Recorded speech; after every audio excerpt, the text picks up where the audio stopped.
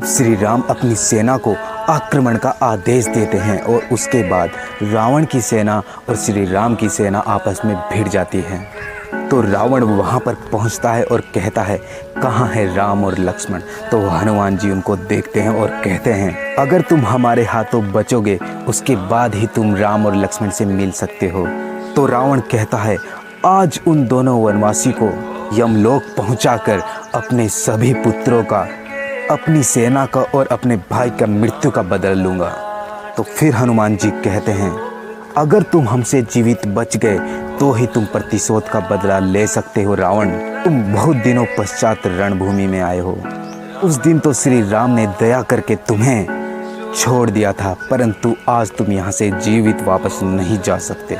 तो उसके बाद क्या होता है ये जानने के लिए मेरा नेक्स्ट एपिसोड ज़रूर देखना। Thank you. और चैनल को सब्सक्राइब करना मत भूलना। अब विभीषण अपने भाई रावण को निहारने के पश्चात श्री राम की ओर देखते हैं और श्री राम से कहते हैं, हे नाथ, आपके पास ना रथ है ना तन पर कवच और आप नंगे पांव भी हो। अब इस अवस्था में उस परमवीर रावण को कैसे जीत पाओगे। तो श्री राम कहते हैं, मित्र, तुम्हारी चिंता निर्मूल है।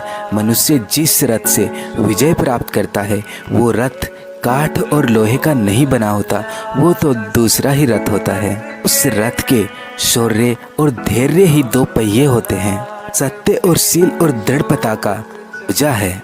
बल, विवेक, दम, उपकार, ये चारों घोड़े हैं जो दया, क्षमा और समता रूपी डोरी से जोड़े हुए हैं। वर भजन उस रथ का चतुर सारथी है। दान धरसा है और बुद्धि प्रचंड शक्ति है। गुरुजनों का पूजन भेद कवच है।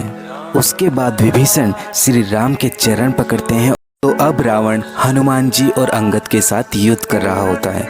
तो रावण कहता है, रावण के हाथों क्या अपनी मृत्यु को बुलाते हो, जाओ अपने स्वामी को युद्ध के लिए भेजो। तो दोनों भाई चूड़ियां पहनकर कहाँ बैठे हुए हैं। तो लक्ष्मण ये सुनकर श्री राम से आज्ञा लेकर वहां से चले आते हैं। लक्ष्मण जी कहते हैं, रावण, मुँह तो तेरे जैसा कोई पापी ही छिपा सकता है, वीर पुरुष मुँह नहीं छिपाया करते। तेरा काल तुझे मेरे सामने ले आया है। तो रावण कहता है, मेरे पुत्र के घातक, मैं तुम्हें ही ढूंढ रहा था। तेरा मस्तक काटकर अपनी छाती ठंडी करूंगा। लक्ष्मण कहते हैं, बातों से छाती ठंडी नहीं होगी रावण, वो तो होगी मेरे विशाले बाणों से। और उन दोनों के बीच में युद्ध होता रहता है। तो उसके बाद दोनों की बराबरी की टक्कर चल रही होती है। तो जब लक्ष्मण उनके बाण को रोकने में असमर्थ रहते हैं, श्री राम जी भी वहां पर पहुंच जाते। श्री राम को देखने के बाद रावण कहता है, ओ वन वन भटकने वाले वनवासी, भालुओं और वानरों की सेना के साथ और मेरे कुलद्रोही भाई विभीषण के सहारे जो तूने अपनी विजय के झंडे गाड़ रखे हैं, उनकी धज्जियां उड़ाने आ गया हूँ मैं। रावण नाम है मेरा, बड़ों बड़ों को रुलाने वाला रावण। तो श्री राम कहते हैं, तुमने अनीति, अनाचार और अत्याचार से पूरे संसार को कुओं में डुबा रखा है। अब यदि वही आंसुओं का सागर मैं डुबा दे तो सिर्फ तुम्हारा ही होगा। तुमने अभिमान वश बखान तो बहुत कर लिया, लेकिन करके क्या दिखाओगे अब ये देखना बाकी है। रावण कहता है, बाणों से बात करो। श्री राम भी बाणों से ही बात करना शुरू कर देते हैं और कहते हैं, अवश्य तुम्हारी कोई भी आशंका अधूरी ना रह जाए। और उनके बीच युद्ध शुरू हो जाता है। में दोनों ही बलवान यानी श्री।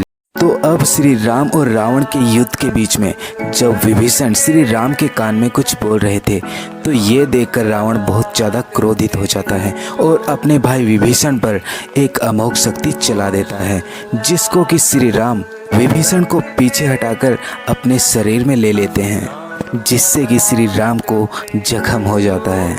यह देखकर रावण कहता है, इस कुलद्रोही के साथ बड़ी मित्रता निभा रहे हो राम, परंतु तुम दोनों का अंत मेरे हाथों ही लिखा है। अब विभीषण जाता है और रावण के साथ युद्ध करना शुरू कर देता है। सुग्रीव भी वहां चले जाते हैं और जामवंत भी। तो जैसे ही जामवंत रावण पर प्रहार करते हैं तो रावण उनका प्रहार नहीं सह सके, वो वहीं पर गिर गए। तो यह देखकर जो उनका सारथ होता है वो रथ को पीछे मोड़ लेता है ताकि रावण को बचाया जा सके। दूसरी ओर विभीषण श्री राम से कहते हैं,